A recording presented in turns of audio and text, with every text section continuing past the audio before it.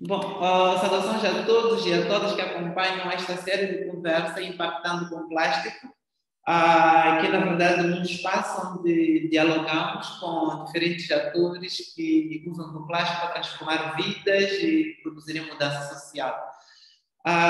Hoje teremos, na verdade, hoje é a estreia e para começar teremos quem tem feito muito trabalho com plástico cá em Moçambique. Começou recentemente, já há 2 anos, que é a Marta Vânia Otella, que tem trabalhado na produção de próteses ortopédicas à base de plástico reciclado. Eu falo da Vânia, mas para além da Vânia tem mais 3 pessoas que trabalham com ela, mas hoje vamos conhecer um pouco deste trabalho através dela. Vânia, muito obrigado por teres aceito este convite e o desafio de ser a primeira a participar desta série de conversa. Espero que gostes e que seja produtivo. Vou pedir que te apresentes e digas como é que estás e quem és, um pouco, por aí uma frase, eu costumo dizer. Anésio, eu é que agradeço pelo convite e por estrear, entre aspas, o programa. Eu sou a Marta Otella, sou designer industrial e sou apaixonada pelo mar, de forma muito resumida, sem muito spoiler. Boa! Eu vou começar já da Frida, que é praticamente o trabalho da Marta começou. Eu olho o seu amigo que sofreu um acidente como a ponte, como o início de todo este trabalho que a Marta e a sua equipe vem fazendo. Mas aí surge uma questão que é se a Marta pensou nesta ideia das próteses ortopédicas feitas à base de plástico exatamente por conta desta situação ou se já era um projeto que tinha e esta situação motivou a continuar e a fazer. Como é? Bom, para ser sincera, este projeto começou da forma mais inusitada. O que aconteceu é que quando eu estava a frequentar a faculdade, infelizmente um amigo meu sofreu um acidente de aviação e teve imensas dificuldades em ter acesso aos recursos, quer pelo tempo que demorava a produzir, quer pelo acesso a este serviço e até o próprio aspecto da própria prótese. Entretanto, quando viemos com esta ideia toda, fomos atingidos pela pandemia, tivemos que ficar isolados em casa, mas logo tivemos a oportunidade de sair, começamos a ver possibilidades. E uma delas foi quando estávamos na praia, numa campanha de recolha destes resíduos, que era garrafas PET e outros resíduos plásticos. E tivemos neste momento, aquele momento, vamos lá, eureka, e pensamos, olha, nós coletamos este plástico todo aos sábados, durante 1, 2 horas. O que é que vem a seguir? O que é que acontece a este plástico? Soubemos que não era reaproveitado e não tinha uma segunda chance. Então, pensamos que era uma ótima oportunidade e começamos a partir deste momento a projetar ou a prototipar até que acabamos com esta aventura toda. Então, não foi numa fase inicial intencional e criar a Biomec. Era uma solução para o colega naquele momento. Boa. Então eu noto aqui que há, de alguma forma, uma fusão entre a formação que teve com a atividade ambiental que tem desenvolvido e essa relação com o seu amigo, de alguma forma, foram estes três elementos que condicionaram e que, de alguma forma, puxaram a Marta para este mundo. E aí surge-me a questão, agora, tendo já, de alguma forma, eu penso assim que já está consolidado, já tem, digamos, uma visão, já sabe para onde é que vai, com que equipamentos. A minha questão é agora, como é que tem feito? Qual é a equipe? Como é que tem feito a conjugação destas todas as áreas? Faz sozinha? Tem feito campanhas próprias? Depende das campanhas do Repensar? Como é que é agora? Outra pergunta interessante é que depois de termos começado esta aventura, a três, que até costumamos chamar de três mosquiteiros, nós contamos agora com uma equipe de cerca de 12 pessoas. Então, durante este tempo, houve muito desenvolvimento, porque basicamente, quando começamos, a equipe era composta por engenheiros, não é? E com o passar do tempo, tivemos que adicionar designers, ortopedistas, contabilistas, pessoal de comunicação. Então, à medida que fomos desenvolvendo, a equipe também tornou-se maior. Eu achei engraçado que é uma equipe composta basicamente por jovens, não é? E é que é algo, entre aspas, um pouco raro neste tipo de iniciativas. E eu acho que, se calhar, é o nosso ponto forte e é o que nos faz ter esta tendência para a inovação e estarmos sempre a fugir da caixinha.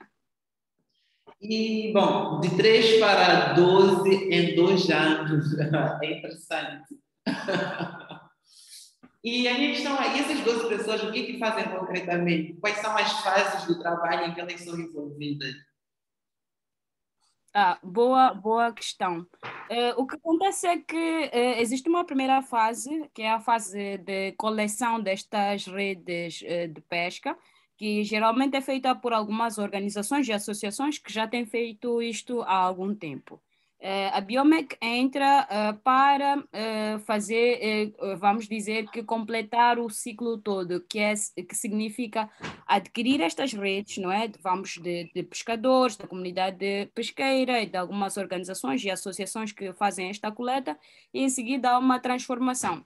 Mas esta transformação seria impossível se não tivéssemos alguém ligado à química e que percebesse de transformação de plásticos. Então, existe alguém que tem um background em química que ajuda-nos nesta transformação toda.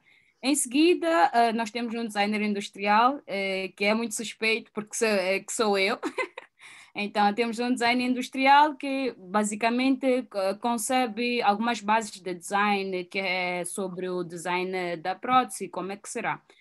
Depois desta fase toda do design, nós temos a parte ligada à saúde, que é geralmente feita por um ortopedista. Então, nós temos também um ortopedista na equipe. E de seguida segue aquela fase toda que acredito que a maior parte das empresas tem, que é a parte do marketing, colocar no mercado e estas coisas todas. Então, é sobre comercialização, então temos pessoal específico para tal. Então, de forma muito resumida, é uma equipe de engenheiros, designers, pessoas ligadas ao marketing e para terminar a cadeia toda, não é? Que é o ciclo, que é ligada ao comércio, que é colocar este produto no mercado. Boa. De alguma forma não, em termos concretos, o teu trabalho tem muito que ver com a consciencialização ambiental. Está a produzir para garantir inclusão social, mas também está a garantir um bem-estar, digamos, ambiental, está a reduzir resíduos no oceano em concreto.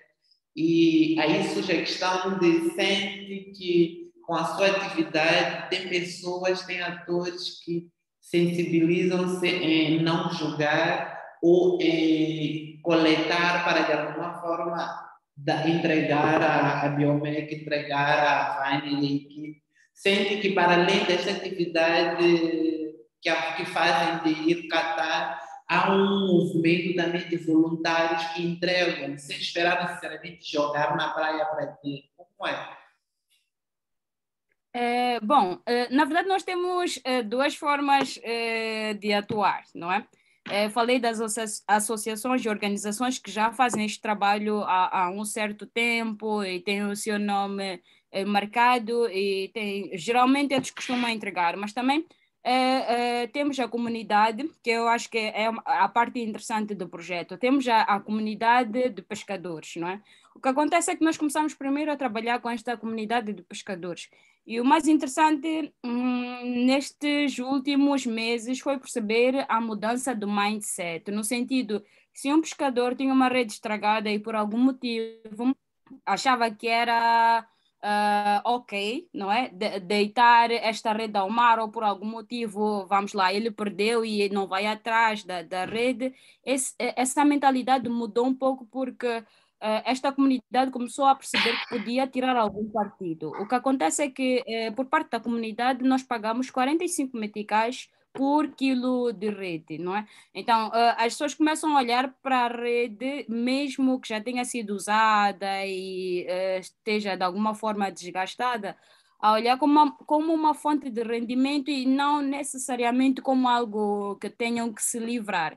Então, eu acho que é uma das transformações que não foi premeditada por nós, mas que acabou por acontecer de forma muito natural e que foi bastante interessante integrar este ciclo todo e ter esta coisa famosa que é a economia circular vindo mesmo por parte da comunidade. Então, temos duas formas de atuar. E fora estes dois players, nós também temos trabalhado com Passe a Publicidade, o Pro Azul, que é uma empresa de pesca industrial, não é? Mas eles têm este projeto social em que basicamente coletam quantidades enormes de redes de pesca. Só para que se tenha ideia, estamos a falar de pelo menos 7 toneladas em 6 meses. É uma quantidade grande para uma indústria que não transforma muito este material. Então, temos feito a coisa nestes dois termos. Trabalhamos com as comunidades, com as organizações, com as associações, mas do outro lado também temos companhias industriais como o ProAzul, que permite ter esta troca, que em alguns momentos incluem algumas trocas monetárias e em outros nem por isso. Bom, só para situar quem está a acompanhar a conversa, a reciclagem das redes de pesca e de garrafas PET, certo? Exato. E com que material é para produzir o quê? Só para... Boa, outra pergunta super técnica. Na verdade, o que acontece é que, por conta das suas propriedades, nós geralmente costumamos usar as garrafas PET para as próteses e também as redes de pesca de nylon. Mas existe uma maior preferência, depende muito também do que as pessoas preferem, depende do tipo de material que queres levar, mas geralmente para as próteses nós usamos garrafas PET, em alguns momentos redes de pesca, mas nós também introduzimos um novo produto no último mês, que são as cadeiras de roda. E por conta de algumas propriedades mecânicas que elas precisam ter, é interessante trabalhar com as redes de pesca de nylon. Então, é basicamente esta diferenciação, é mesmo por questões de propriedade, porque, por exemplo, as redes de pesca conseguem absorver maior impacto e etc. Então, é interessante ter este material nas cadeiras de roda, ao invés de ter nas próteses, por exemplo. Então, é interessante fazer estas trocas e ir explorando as possibilidades entre os dois materiais. Bom. Agora que falaste da questão da parte da comunidade, assim posso dizer, que é basicamente uma comunidade pesqueira, não? De pescadores, assim posso dizer. Eu estava numa conversa há uns dias com uma amiga que vive em Cabo Delgado e, por acaso, ela está a fazer trabalho comunitário com as pessoas agora que deslocaram-se por conta do conflito. E uma das coisas que ela dizia é que, quando conversava sobre o projeto, porque eu também estou a trabalhar nesse mundo do plástico, então quando eu conversava assim, sobre as minhas ideias, o que ela dizia é que os pescadores, de alguma forma, já são sensibilizados a cuidar do oceano. Essa sensibilidade, eles precisam já ter, de alguma forma, um conhecimento mais aprofundado sobre o que confere perigo para o oceano e para este espaço. Será que, agora vai a minha pergunta, será que a Biomec não pensa noutra componente que é não só para a parte pesqueira, para esta parte do interior, para esta parte da costa, mas não pensa também no interior, não pensa, porque tem muitos que acabam queimando plástico e lixo, e aquilo periga, polui de alguma forma o ar e traz outros transtornos já para a nossa saúde. Será que pensa só nesta parte ou também vamos chegar ao interior? É uma provocação interessante, porque a primeira abordagem que nós tivemos, vamos lá, é um projeto novo, estamos a falar de estar no mercado há sensivelmente 18 meses. Quando nós começamos, o nosso foco era mesmo o plástico coletado no mar, até porque começamos a trabalhar com redes de pesca e etc.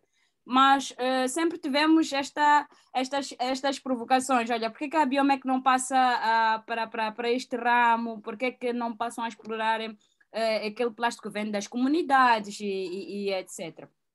É interessante esta perspectiva e algo que temos pensado, mas se calhar por causa do tempo em que estamos no mercado e etc., estamos a tentar ter aquela coisa de, vamos lá, master the craft, no sentido de sermos bons numa coisa e depois tentarmos olhar para possibilidades. É interessante e é algo que nós vamos certamente colocar para o futuro, porque existe muito plástico e não está a vir só do mar.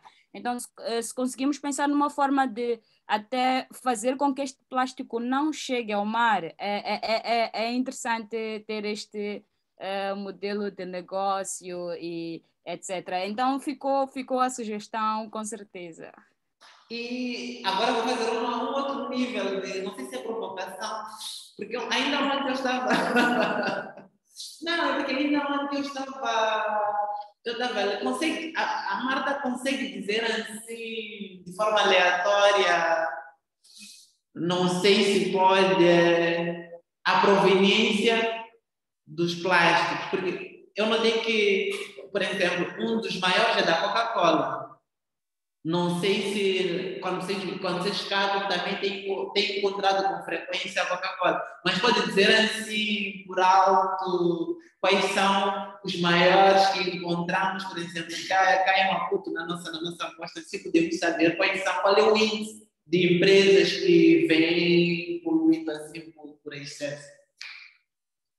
É outra pergunta interessante, porque nós durante este tempo tentamos procurar dados ou bases sobre o histórico, não é, de plástico que vai parar ao mar. É interessante que a Repensar, não é? A Repensar fez um estudo com muitos detalhes. Eu não saberia dizer agora, mas com certeza podemos deixar um link que se calhar ao longo da passagem deste programa vai poder ser partilhado. Mas é basicamente este tipo de material que é encontrado lá, com maior incidência para garrafas PET. Agora, sobre marcas, eu não saberia avançar agora, mas com certeza a Repensar tem uma base de dados com estes detalhes e que eu vou poder partilhar e acho que em algum momento vai poder partilhar, mas a maior incidência mesmo nos top 5 são garrafas PET e em seguida algumas garrafas plásticas de bebidas alcoólicas, não é? Aquelas mesmo para o packet, há muita incidência disso. E em algum momento nos top 5 existem escovas de dentes, que eu achei que é um fato curioso, por isso é que me ficou. Escovas de dentes têm aparecido com muita incidência e os chinelos também. É um dos materiais que aparece com muita frequência e está nos top 5, mas eu vou partilhar isso e depois tiramos estas dúvidas. E os takeaways não saem lá? Sai, não assim vamos, eu acredito que não estão nos top 5, mas a situação é grave. a situação Se é que acho calhar, dos takeaways são os que são mais queimados, talvez. é, Boa!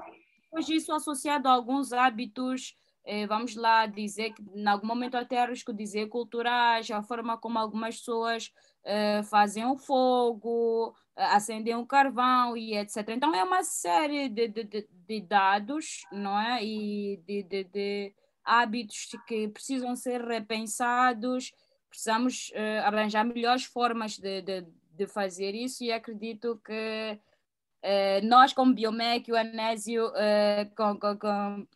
com a companhia, vai poder também ajudar nisso. Boa. O que mais eu posso saber? Na verdade, tenho aqui uma pequena listinha. Depois, eu gostava de saber mais sobre esta componente, digamos, material para a realização, porque eu vi um vídeo e vi as máquinas que usavam e eu comecei a me questionar de onde é que vem. E outra coisa que nós, como jovens, temos é a questão do investimento. Temos muitos têm ideias, mas ideia só conta quando tu realmente executas, quando tu fazes. Pequena, grande, mas só conta quando tu fazes.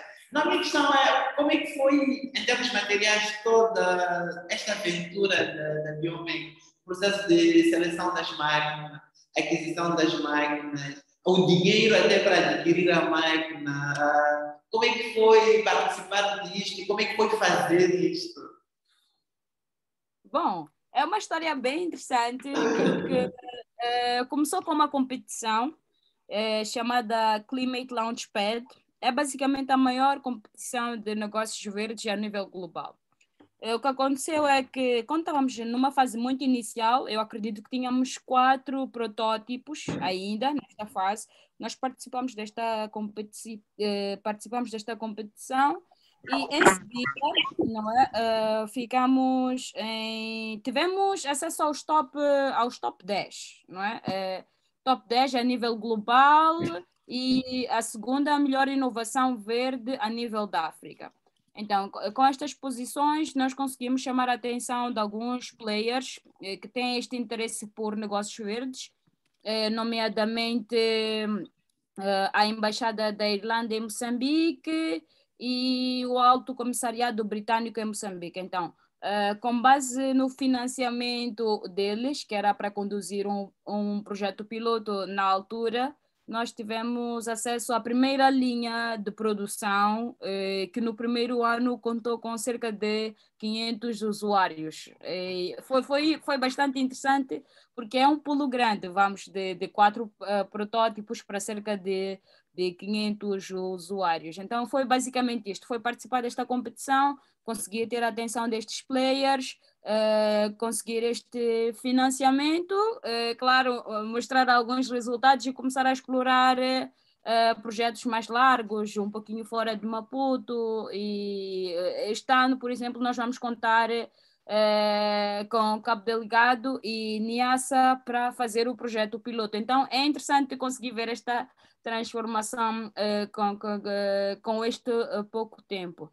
Mas aí é que está, existem vários jovens com ideias geniais, mas que depois falta este pulo para concretizar, pronto, ter a empresa estabelecida, ter uma linha de produção e etc. E que eu acho que é muito interessante, por mais boa que seja a ideia, termos esta iniciativa de começarmos nós mesmos a fazer alguma coisa, porque vamos lá, por mais fantástica que seja a minha ideia, se eu vou ter com a Anésio e digo, olha, Anésio, eu tenho uma ideia e acho que dava bem, porque depois disto, será isto e aquilo.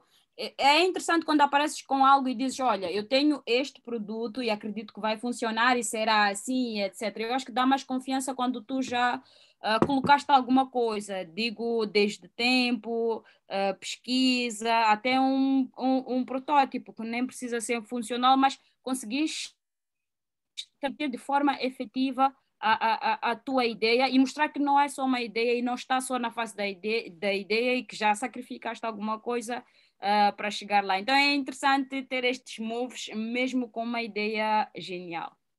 Boa, boa. É isso, a ideia só serve realmente se temos um exemplar, se conseguimos convencer que a ideia é execuível. Eu também sempre penso desta forma. A Josiane quer dizer alguma coisa? Josi? Olá a todos novamente. Marta, prazer. Sou Josiane, como a Nézia disse. Eu sou uma das coordenadoras da Jubel T. Sou diretora do Departamento de Ambiente e Sustentabilidade. Sou engenheira de energias renováveis, então esse é um tema que me interessa muito, tudo que é ligado ao meio ambiente. Então, queria primeiramente dar-te os parabéns pelo projeto super interessante, super ambiental, super circular e super dedicado à nossa sociedade mais, com um poderio econômico menos capaz de suprir as necessidades nesse sentido de pessoas que têm a necessidade desses materiais e que têm uma certa dificuldade em ter acesso a eles. Muito parabéns pelo projeto, gostei muito, estou a gostar muito da conversa, aprendi muito nesse pouco tempo e acredito que o pessoal também que vai ouvir depois vai aprender muito. Eu queria fazer uma questão relativamente ao processo de consciencialização, que acredito que seja uma das maiores dificuldades ao longo do processo, ao longo de toda a cadeia do processo. E como é que, acredito que no início deve ter sido bastante complicado, creio eu. Como é que foi esse processo no início? Qual foi a técnica abordada? Como é que vocês conseguiram consciencializar o pessoal do poder econômico que o Páscoa tem? E como é que eles podiam ajudar bastante o vosso projeto? Essa é a minha questão. Obrigada. Obrigado pela boa energia e suporte, Josiane. Indo direto às perguntas, não é? Vamos lá, ter alguma atenção à consciencialização.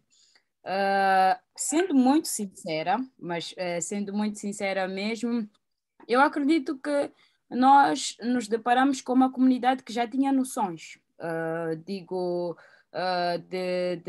como, por exemplo, separar, até acho que é uma história engraçada.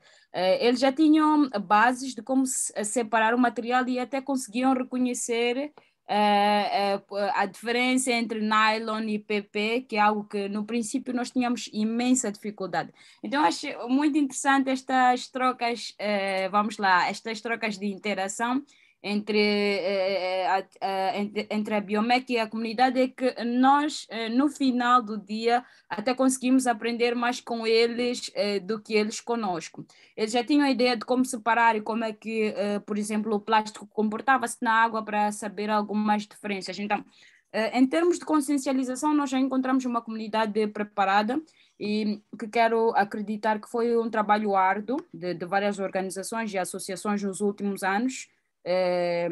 Devo mencionar trabalhos como os que a Regina Charumar tem efetuado, Carlos Serra e uma data Rui Silva e uma data de outros ambientalistas que meio que pavimentaram o espaço todo antes mesmo de nós chegarmos. Então, nós já encontramos uma comunidade muito consciente, com bases muito sólidas, até porque já havia naquela época, na Praia de Costa do Sol, um centro que basicamente trocava vidro, trocava plástico e etc., estes materiais e transformava. Veio a colocar, vamos lá dizer, veio colocar as coisas de uma outra forma, porque geralmente as pessoas costumavam dar e faziam por conta de consciência, etc. Mas eles colocaram esta coisa monetária e as pessoas começaram a ganhar alguma coisa com isso, então tornou a coisa toda interessante. Então nós já encontramos uma comunidade bem firme em termos de conhecimento sobre processos e consciencialização e tal. Muito bom saber disso, então. Obrigada pela resposta. Boa. Bom, já não temos tempo, temos só 7 minutos. Talvez seria fazer mais uma questão, caso ninguém mais queira falar por aqui. Boa, mãe.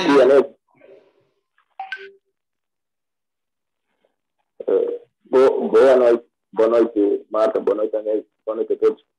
E parabéns novamente à Marta Por acaso, eu tive a oportunidade de ter concorrido, né, com a Marta no Clima Transfer de 2020. E o projeto de Omed era mesmo fantástico. Ainda bem que demonstra mesmo esse espírito de projeto. Agora, algo interessante que mencionou é o fato da comunidade já estar preparada em termos de consciencialização sobre o plástico. Seria o mesmo nível de preparo que existe nas comunidades existentes nas empresas, por exemplo, que produzem plástico ou que descartam plástico. Eu pergunto isso porque para ver se existiria, por exemplo, uma possibilidade efetiva de parceria com essas empresas para terminar o ciclo circular de economia de plástico. Olá, Mad. É bom voltar a revê-lo primeiro. É uma pergunta muito pertinente, até porque agora está esta questão toda de, em algum momento, banir um certo tipo de plástico e etc. Há uma coisa muito interessante a acontecer, que é as políticas começarem a apoiar um certo tipo de comportamento, não é? E um certo tipo de prática e um certo tipo de hábito.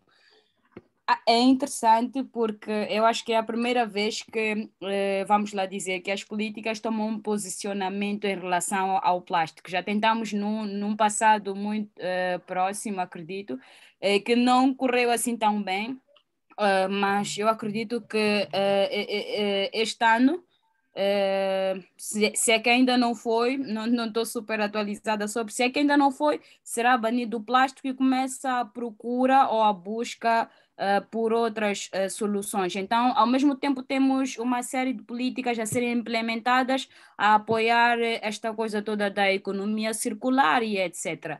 Falado e escrito, até agora está ok. Então, é uma questão de conseguirmos cumprir com aquilo que é a agenda, conseguirmos cumprir com aquilo que são estas políticas implementadas, que dão direitos, mas que também têm esta parte dos deveres, não só das empresas que produzem, mas principalmente de nós como usuários, não é? É preciso haver esta responsabilidade, é preciso continuar a haver esta consciencialização sobre isto, e que não seja algo mecânico no sentido de eu vou fazer porque se eu não fizer alguém vai me punir, que é um pouquinho errado colocar assim, mas que é esta coisa toda de eu perceber, se eu fizer assim, haverá consequências e pode não ser diretamente para mim agora, mas num futuro próximo e para as próximas gerações. Então nós começamos a ver um pouquinho destas políticas a serem implementadas, que na minha opinião até pela primeira vez de forma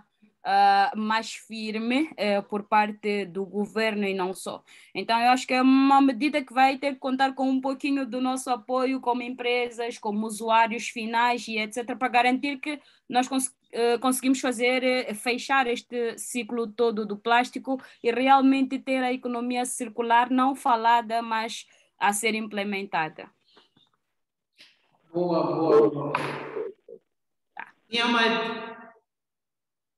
Estava a concordar apenas com aquela e dizer que é mesmo uma tarefa de todos nós envolvidos na prática e na consciência de gestão de plástico. Uma tarefa de todos.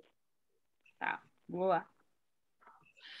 Muito obrigado, Marta, e obrigado a todos que acompanharam. Só para esclarecer ao Ivaldo, a Marta falou que os plásticos que têm maior incidência eram garrafas PET que estavam por aí. Eu vi também estavam em quarta posição em torno dos plásticos com maior incidência, mas falou que tem escovas de dente, chinelos, encontram vários outros. E o processo de consciencialização, pelo que vejo, é mais em torno deste plástico, mas também em torno da rede de pesca. Muito obrigado, Marta, obrigado a todos. Vou enviar mais vezes convites para podermos conversar com mais pessoas que têm usado o plástico como matéria para melhorar o meio ambiente e também melhorar a vida humana e animal de alguma forma. Marta, quer dizer alguma coisa para fecharmos? Só agradecer pela oportunidade, pela conversa, pela interação.